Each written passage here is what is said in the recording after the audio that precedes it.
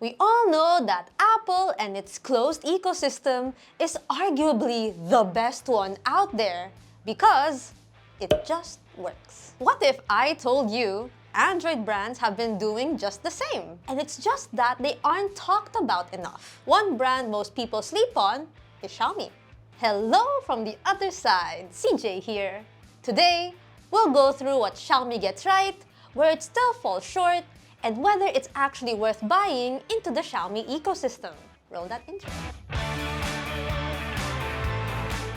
By the way, Xiaomi isn't just about the usual tablet, smartphone, wearables ecosystem. They also have smart home devices, IoT gadgets, and heck, they even have their own electric car. For fairness' sake though, we're only going to focus on their mobile ecosystem. As much as we'd like to have a Xiaomi SU7 in our garage, this is as far as we can go for now.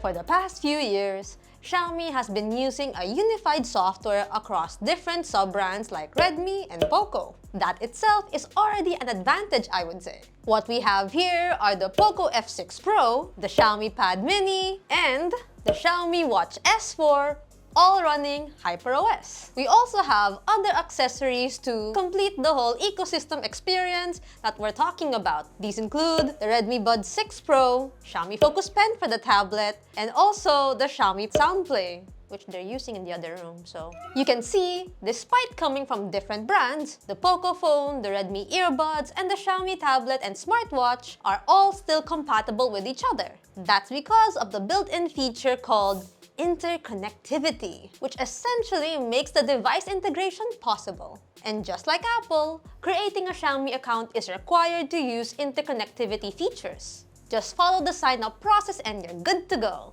First things first, there's the Xiaomi Smart Hub, accessible right on the control center.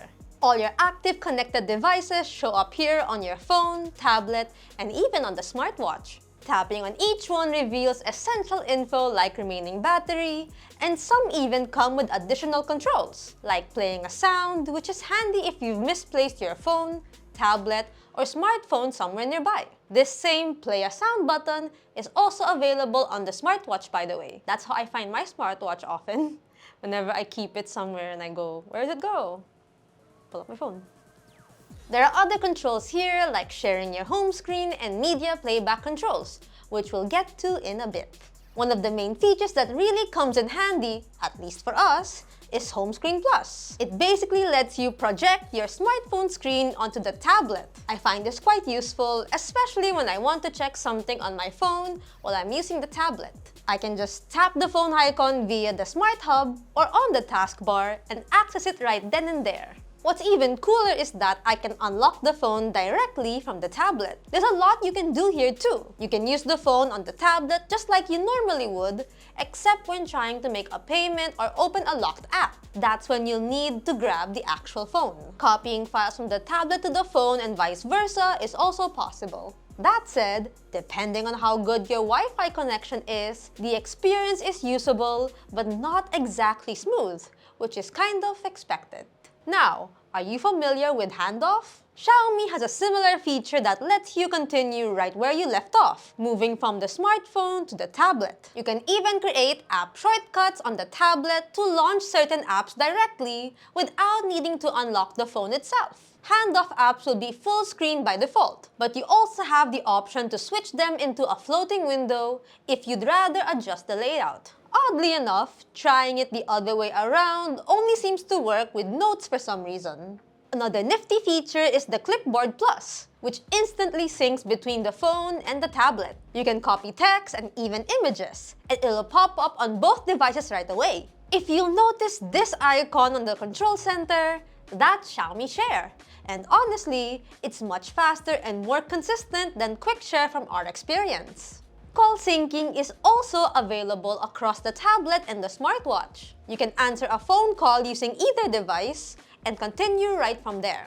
There's also network sync, which lets the tablet automatically connect to the phone's hotspot whenever it loses Wi-Fi or when Wi-Fi becomes unavailable altogether.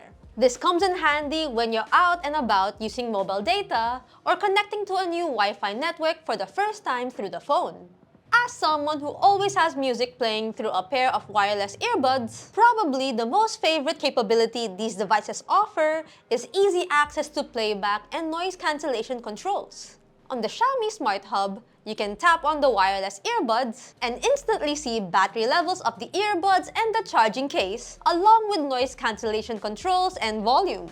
These same controls also show up on the smartwatch, right alongside media playback controls, so juggling songs and noise cancellation is just as easy using the smartwatch alone. Interestingly, Xiaomi phones and tablets can also connect to a MacBook, and Xiaomi doesn't seem to mind you doing so. In fact, the company actually encourages users to adopt this kind of setup instead of pushing the devices as strictly Windows companions.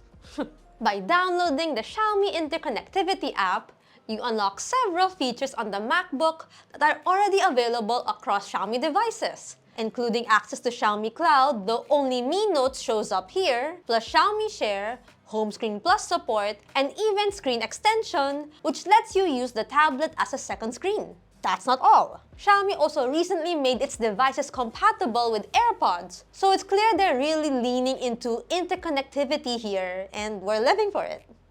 Now that we've covered the good, let's talk about where Xiaomi Interconnectivity still falls short. Logging into Xiaomi Cloud, whether through the website or the Windows app, is a hassle more often than not. Every time I try to access Notes via the website, it prompts for a verification code sent through text, but I never actually receive it, no matter how many times I try. Locating devices isn't as fast or reliable as I'd expect it to be. Xiaomi accessories don't even show up on the Find Device interface, and locating a certain device is kinda slow. I once waited a good minute and had to manually open the tablet before it finally located it. I'd rather use Google's Find Hub for this. There's also the lack of ultra-wideband support on these Xiaomi devices, so if your earbuds ever get lost, tracking them down becomes a real headache. Google's Find Hub relies on approximate location instead, which won't be nearly as accurate as what you'd get with AirPods or iPhones. Another annoyance is that you can't bind the smartwatch to both the phone and tablet at the same time. It only connects to one device. Bluetooth unlocking only works there, and there's no way to get it working on the tablet, unless you unbind it from your phone and connect the watch to the tablet instead.